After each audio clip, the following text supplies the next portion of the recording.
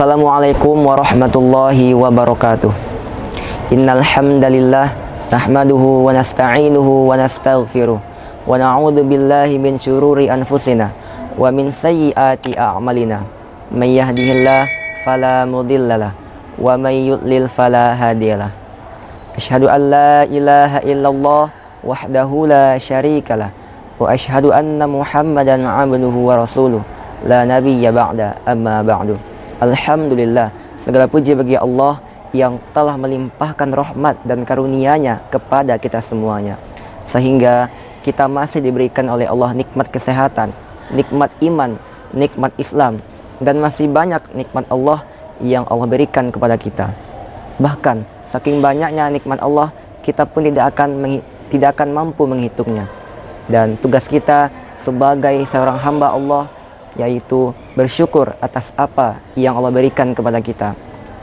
Allah berfirman, wa in ta'uddu ni'matallahi la tuhsuha. Dan jika kamu menghitung-hitung nikmat Allah, niscaya kamu tidak akan mampu menghitungnya. Selawat dan salam tak lupa kita hadiahkan kepada Nabi kita, yakninya Nabi Muhammad sallallahu alaihi wasallam, yang mana beliau merupakan panutan kita, suri tauladan bagi kita semuanya, yaitu Nabi Muhammad sallallahu alaihi wasallam dengan lafaz Allahumma salli ala Muhammad wa ala ali Muhammad. Sahabat Dekat TV semuanya, hari ini kita berada di zaman digital, zaman modern, zaman yang serba cepat, serba instan, yang mana pemuda harus berperan aktif dalam masa-masa itu. Dan terkadang kita terlena dalam masa itu juga. Maka dari itu, peran pemuda sangat penting untuk bisa ambil alih dan bisa mengimplementasikan kemudahan-kemudahan yang diberikan. Tetapi realitanya banyak anak muda itu yang lalai terhadap itu. Mereka sibuk dengan dunianya, sibuk dengan aktivitasnya, sehingga mereka itu tidak taat kepada perintah Allah Subhanahu wa taala. Bahkan dalam hadis dikatakan bahwasanya ada 7 golongan yang akan dinaungi oleh Allah di hari kiamat. Di antaranya pemuda yang tumbuh dengan ketaatan kepada Allah Subhanahu wa taala. Dari situ dapat kita ambil bahwasanya pemuda yang tumbuh dengan keimanan, ketakwaan, dan taat kepada perintah Allah, maka pemuda tersebut istimewa di hadapan Allah Subhanahu wa taala. Sahabat Dekat TV semuanya, begitu besar tantangan pemuda saat ini. Ada banyak tantangan, diantaranya tantangan produktivitas.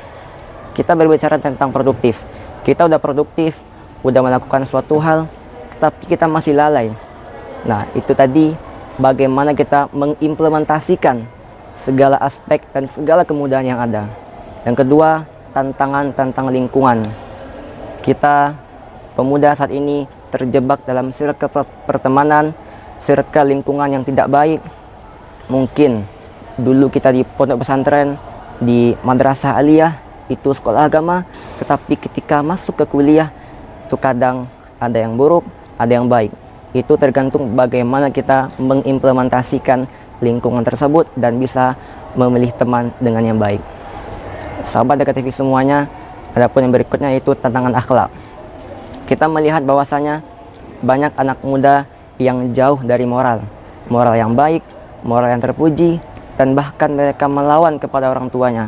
Hendaklah kita menjadi pemuda yang patuh kepada perintah Allah dan patuh kepada orang tua. Selagi orang tua kita masih hidup, selagi teman-teman kita, yakninya keluarga kita itu masih ada, hendaklah kita berbuat baik kepadanya, dan kalau ada salah, minta maaf kepada mereka. Sahabat Dekat TV semuanya, maka dari itu adapun poin-poin yang dapat kami sampaikan pada hari ini. Yang pertama, poin untuk supaya kita bisa dijauhkan dari beberapa hal tersebut. Yang pertama ialah menjaga ibadah kepada Allah Subhanahu wa taala. Dengan kita taat kepada Allah, kita pasti akan dilindungi oleh Allah Subhanahu wa taala. Kita taat kepada perintah Rasulullah sallallahu alaihi wasallam. Kita taat perintahnya, bertakwa kepadanya, dan jangan sampai kita lalai kepada perintah yang Allah berikan kepada kita. Yang kedua ialah jaga pertemanan.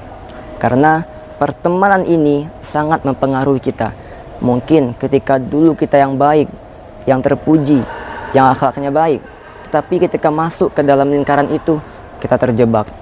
Kita masuk ke dalamnya dan kita pun terjebak dalam lingkaran hitam tersebut. Maka dari itu, jagalah pertemanan dan pandai-pandai dalam memilih teman. Dan jangan sampai kita yang dulunya baik itu terjerumus kepada keburukan.